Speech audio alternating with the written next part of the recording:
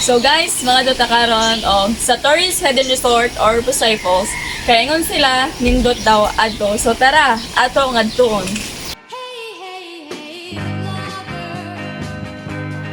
So nagsakay ko og motor padong sa Tourist Hidden Resort or Busay Falls. Nya, maagian nato ang Ungali Bridge. Dayon, naabot tas agianan padong sa Sitchuburi kay mao man na siya ang padong sa Busay.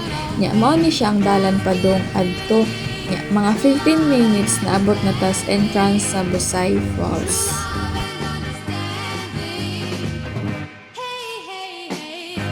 So guys, narata karon sa Tourist Hidden Resort or Busay Falls.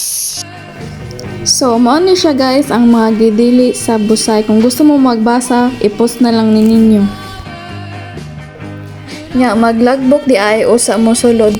Lahi ang sa babayi og ang sa lalaki. Nya, nagbayad ko og 20 nga entrance. So, mao ni siya gianan pa dong sa Busay na gyud. So, tara!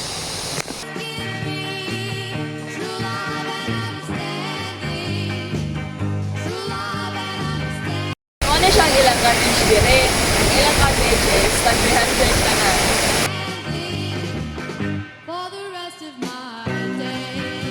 Naapod sila table tag 100.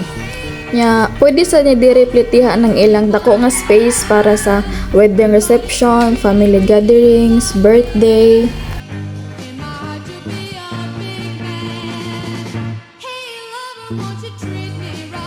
So, mo ni siya ang ilang tindahan, makapalit mo diri og rimnon, soft drinks, pizzeria, available sa atong ilang piso wifi.